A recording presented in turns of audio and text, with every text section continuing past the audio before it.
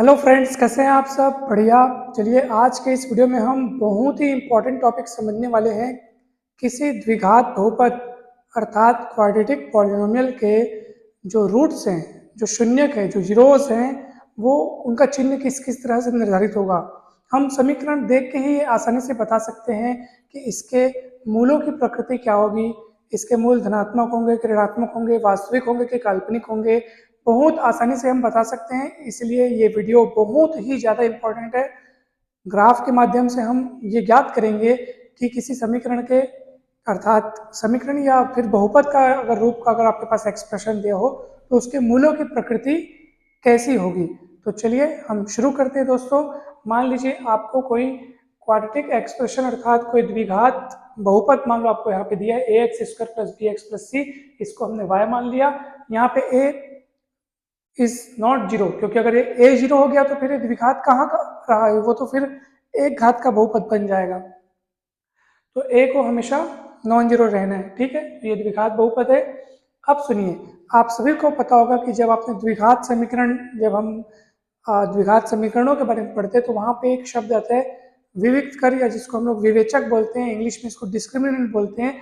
और इसका फॉर्मूला आपको पता होगा, ठीक है। डी मतलब क्या होता है?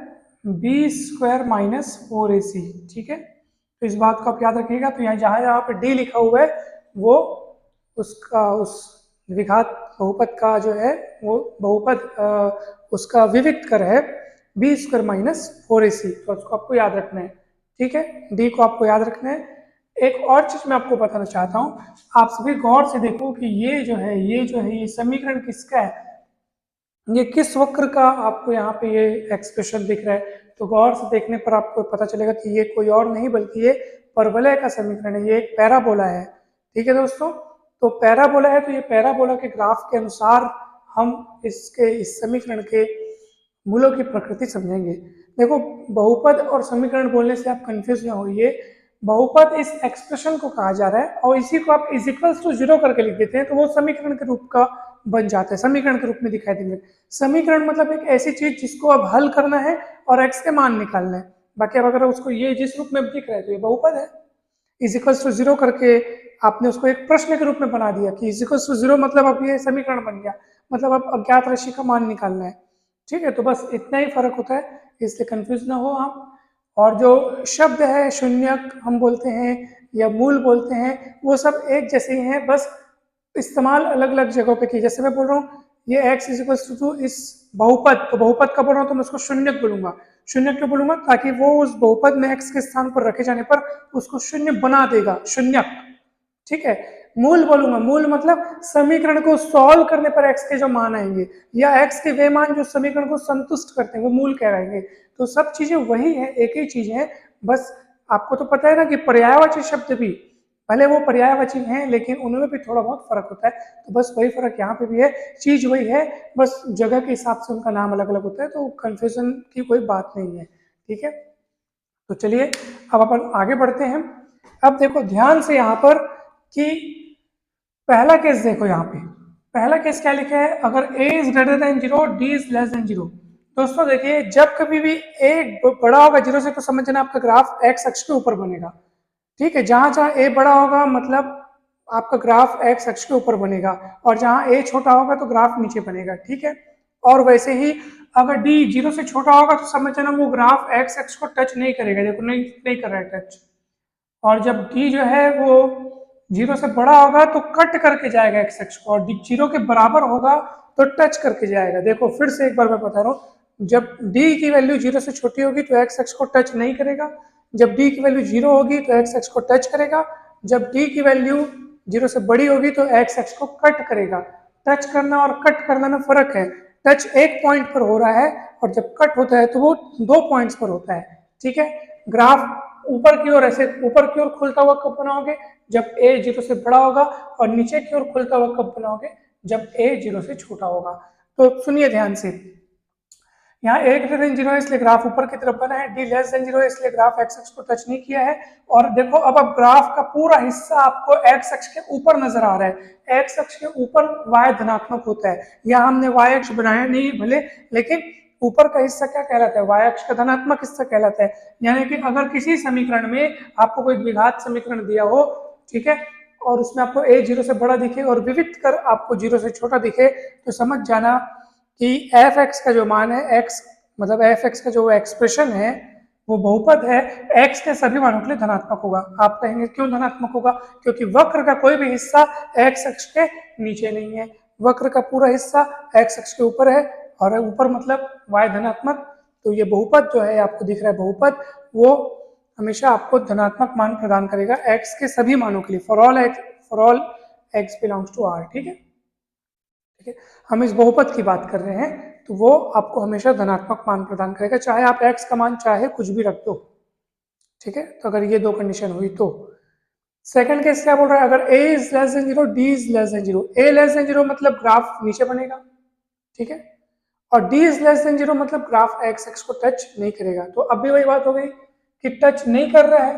देखो टच नहीं कर रहा ना, इसका मतलब क्या है कि अगर मैं एफ एक्स को समीकरण के रूप में लिखूं, अगर मैं एफ एक्स को समीकरण के रूप में लिखूं, तो आप समझ जाइए, सोचिए जरा, डी लेस देन 0 होता है तो क्या होता है, विविक्त कर अगर लेस देन 0 है, समझ जाओ कोई वास्तविक हल नहीं होगा, कोई भी वास्तविक हल नहीं होगा उसका, यानी कि एक्स का कोई भी मान ऐसा नहीं है जो समीकरण को 0 बना दे।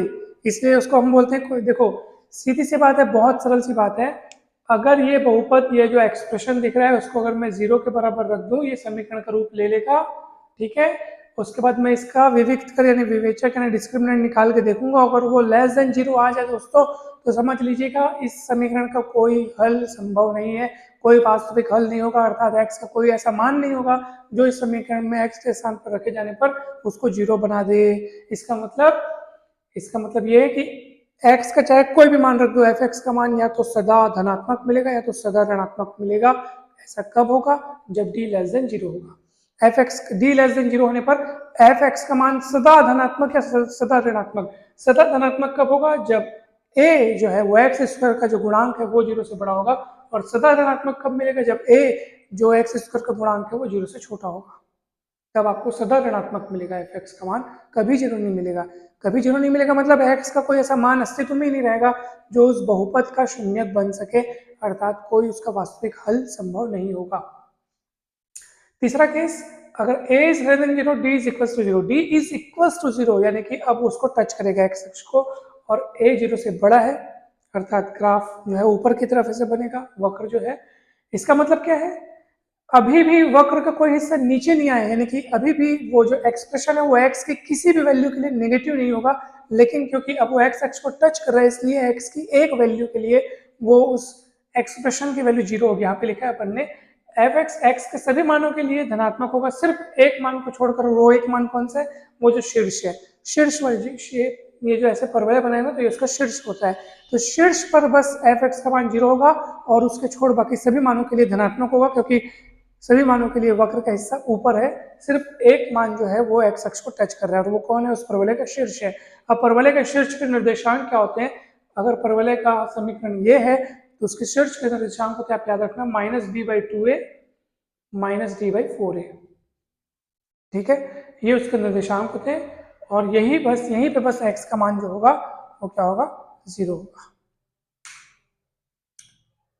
इस बात को बहुत अच्छे से ध्यान रखिएगा दोस्तों, काफी इंपॉर्टेंट चीज है ये, काफी जबरदस्त, मतलब आप समीकरण में इनको देख के आप उनके मूलों की प्रकृति आसानी से बता सकते हो, इस बात को आपको ध्यान रखना है। केस नंबर 4 देखो आप, अगर a is less than 0, d is equal to 0, a less than 0 मतलब ग्राफ नीचे बनेगा, d इज इक्वल टू 0 यानी ग्राफ x एक्स को टच करेगा, यहाँ पे भी जहाँ पे टच कर रहा है सिर्फ वहीं पे एफ एक्स का मान 0 होगा, इसके अलावा अन्य सभी x के मानों के लिए एफ एक्स का मान, क्योंकि ग्राफ 0 से मतलब x एक्स के नीचे बना है, इसलिए एफ एक्स का मान x के सभी मानों के लिए ऋणात्मक होगा, सिर्फ एक मान को छोड़कर, और वो मान होगा शीर्ष का, ठीक है। तो F X less than 0 for all X belongs to R, केवल एक बिंदु को छोड़कर, और वो बिंदु कौन होगा, केवल शीर्ष पर बस एफ एक्स बराबर 0 होगा। इज इट क्लियर, ठीक है। तो एक बिंदु केवल वो जो शीर्ष है, जैसे शीर्ष के निर्देशांक ये है, तो यहीं पर बस एफ एक्स का मान 0 होगा, यही पर्पस है fx का मान, मतलब कि यहीं पर वो देखो ये x निर्देशांक और ये y निर्देशांक है, जो y निर्देशांक है वही fx का अपने को मान है, तो केवल शीर्ष पर 0 होगा। तो ये देखो इसको आप 0 कर दो, तो टी गुणा करोगे d का मान 0 आएगा, d का मान 0 मतलब वो केस ही है हमारा, तो केस दिए अपन d बराबर। तो इस तरह से आपको समझना है। केस 5 देखो क्या बोलता है, अगर a greater than 0 d greater than 0। अब देखो ध्यान से, यहाँ पे थोड़ा सा आपको ध्यान से समझना है। अगर a ग्रेटर देन 0 बोल रहा है, इसका मतलब ग्राफ ऊपर की तरफ बनेगा, ठीक है।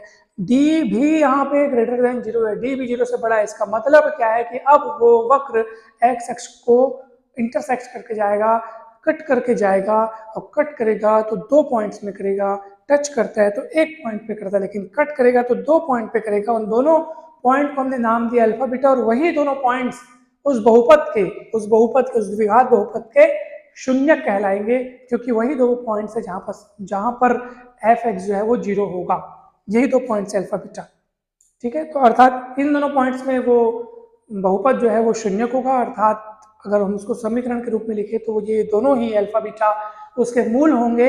और साथ ही साथ आप देखो अल्फा के इस साइड वक्र का हिस्सा ऊपर है, बीटा के उस तरफ भी वक्र का हिस्सा ऊपर है, लेकिन अल्फा और बीटा के बीच में अल्फा के उस पर और बीटा के इस पर वक्र का हिस्सा नीचे है, ठीक है। बात समझ में आ रही है? इसका मतलब अल्फा से लेकर बीटा तक के ओपन इंटरवल में फंक्शन ऋणात्मक होगा, और फंक्शन जो वो द्विघात जो बहुपद है उसका चिन्ह, उसका जो मान है, ठीक है, वो क्या होगा, उसका मान जो है वो धनात्मक कहाँ होगा, धनात्मक देखो कहाँ होगा, वक्र का हिस्सा कहाँ कहाँ पर, ऊपर की तरफ है, अल्फा के लेफ्ट साइड, बीटा के राइट साइड, ठीक है। यानी आप ये देखो कि माइनस अनंत से अल्फा के अंतराल में, इस अंतराल में, इसके इस तरफ और बीटा के उस तरफ फंक्शन धनात्मक होगा, वो जो द्विघात बहुपद है वो धनात्मक होगा। तो उसको लिखा है अपन ने F X greater than 0 for all X belongs to open interval minus infinity to alpha union beta to infinity open interval, यानी कि यहाँ से यहाँ तक और बीटा से लेकर अनंत तक, इधर इधर इन दोनों अंतरालों में फंक्शन धनात्मक होगा वो, ठीक है। और लेस देन 0 कब होगा, ये यहाँ पे तो आपको ध्यान रखना है। उसके बाद केस नंबर 6 देखो, a लेस देन 0 मतलब ग्राफ ऐसे बनेगा, d ग्रेटर देन 0 मतलब ग्राफ x अक्ष को कट करके जाएगा। अब ग्राफ का कौन सा हिस्सा ऊपर है और कौन सा हिस्सा नीचे है, देखो x अक्ष के ऊपर जो है वो धनात्मक होगा और x अक्ष जो नीचे है वो ऋणात्मक होगा। x अक्ष के ऊपर कौन है, अल्फा के उस पर वाला हिस्सा और बीटा के इस पर वाला हिस्सा, ये वाला पूरा ना भाई। तो अल्फा से लेकर बीटा तक के, देखो अल्फा से लेकर बीटा तक के ओपन इंटरवल के पॉइंट्स के लिए फंक्शन धनात्मक मान प्रदान करेगा, अर्थात उस द्विघात बहुपद का चिन्ह धनात्मक होगा। और ऋणात्मक कब कब है, एफ एक्स इस मतलब वक्र का कौन सा हिस्सा एक्स अक्ष के नीचे है, तो अल्फा के लेफ्ट साइड नीचे है और बीटा के राइट साइड, ये जो हिस्सा ना ऐसे बना है ना, बीटा के राइट साइड बना है, तो ये नीचे है। तो इसका मतलब है कि माइनस अनंत से लेकर के अल्फा तक के और बीटा से लेकर अनंत तक इन दोनों अंतरालों में जो द्विघात बहुपद है वो ऋणात्मक चिन्ह देगा और धनात्मक चिन्ह देगा अल्फा से बीटा तक के। तो आपको ये समझ में आ गया कि किस तरह से हमने इन बहुपदों का, ये मतलब द्विघात बहुपद का चिन्ह निर्धारण किया a की वैल्यू के हिसाब से और d की वैल्यू के हिसाब से। ये दो ही निर्णायक तत्व हैं, यही दोनों तय करते हैं कि उस द्विघात बहुपद का चिन्ह कब धनात्मक कब ऋणात्मक होगा, कब वो वास्तविक मूल रखेगा कब नहीं रखेगा, कब दो मूल रखेगा कब सिंगल मूल रखेगा। जहाँ पे d = 0 हो रहा है ना, वहाँ पे उसके मूल संपाती होंगे, क्योंकि दो अलग अलग पॉइंट पर कट नहीं कर रहा है, टच करता है तो एक ही पॉइंट पर करता है, इसका मतलब वही दो मूल आपको मिलेंगे। जैसे आप समीकरण हल करते हो कभी कभी तो आपको दो मूल मिलते हैं ना सेम, तो सेम वाला कंडीशन ये, और दोनों मूल भिन्न भिन्न मिल रहे हैं उसका कंडीशन ये है। दो बिंदुओं पर कट कर अलग अलग तो वो दो भिन्न भिन्न मूल हो गए, एक बिंदु पर टच कर रहे तो इकलौता मूल होगा, वही रिपीट होगा। द्विघात है, दो घात है तो दो मूल मिलेंगे, तो ऐसी स्थिति में दोनों मूल सेम होंगे, ऐसी स्थिति में दोनों मूल अलग अलग होंगे। और ये वाली स्थिति में मूल मिलेंगे ही नहीं, क्योंकि वो वक्र एक्स अक्ष को न टच कर रहा है न कट कर रहा है, उससे दूर होकर निकल रहा है, तो मूल मिलेंगे ही नहीं। या यूं कहिए कि इसका कोई भी वास्तविक मूल का अस्तित्व नहीं है, या यूं कहिए कि इसके मूल काल्पनिक है। समझ में आया कि नहीं आया? आ गया, ठीक है। तो ये आपको अच्छे से देखना, अच्छे से समझना, अच्छे से तैयार करना, अच्छे से याद रखना, और कहीं पर भी कोई भी डाउट हो तो आपको जरूर पूछना है दोस्तों, क्योंकि ये काफ़ी इंपॉर्टेंट चीज़ है। नेक्स्ट वीडियो में हम इसके कुछ क्वेश्चंस भी देखेंगे और आगे के टॉपिक्स भी देखेंगे। अभी हम पूरा प्रयास कर रहे हैं कि वीडियो डेली बने, फिर भी एक दो दिन का अगर गैप हो जा रहा है तो हम उस गैप को मिटाएंगे और डेली वीडियो बनाएंगे, ताकि आप तक जल्द से जल्द पूरा कंटेंट पहुंच सके। ये वीडियो बहुत काम के हैं। ये आपको 11वीं 12वीं उसके बाद सीजी व्याख्याता भर्ती परीक्षा, टीजीटी पीजीटी में आपको ये काम आएंगे, और साथ ही साथ आपको ये काम आएंगे आईआईटी जेईई की परीक्षा में भी आपको काम आएंगे। तो आप इसको अच्छे से तैयारी कीजिए। आप प्लेलिस्ट जा करके देखिए चैनल पर, सीजी व्याख्याता भर्ती परीक्षा गणित सीजी सेट की प्लेलिस्ट जरूर देखिए, उसमें भी मैथ्स के आपको पूरे सिलेबस के बहुत सारे वीडियोस मिलेंगे। आप सभी का बहुत बहुत धन्यवाद। अगर आप शिक्षक भर्ती परीक्षा की तैयारी कर रहे हैं दोस्तों, तो उसकी भी प्लेलिस्ट अलग से बनी हुई है, और सहायक शिक्षक की भी प्लेलिस्ट बनी हुई है। Thank you so much. Video अच्छा लगा हो तो लाइक करें, चैनल को अगर अभी तक आपने सब्सक्राइब नहीं किया तो जरूर सब्सक्राइब करें, और वीडियो को दूर दूर तक सारे मित्रों, दोस्तों, साथियों के साथ जितना ज़्यादा हो सके वीडियो को शेयर करें। आप सभी को थैंक यू सो मच। आप सब खुश रहें, मस्त रहें, स्वस्थ रहें। जल्द ही मिलते हैं नेक्स्ट वीडियो में।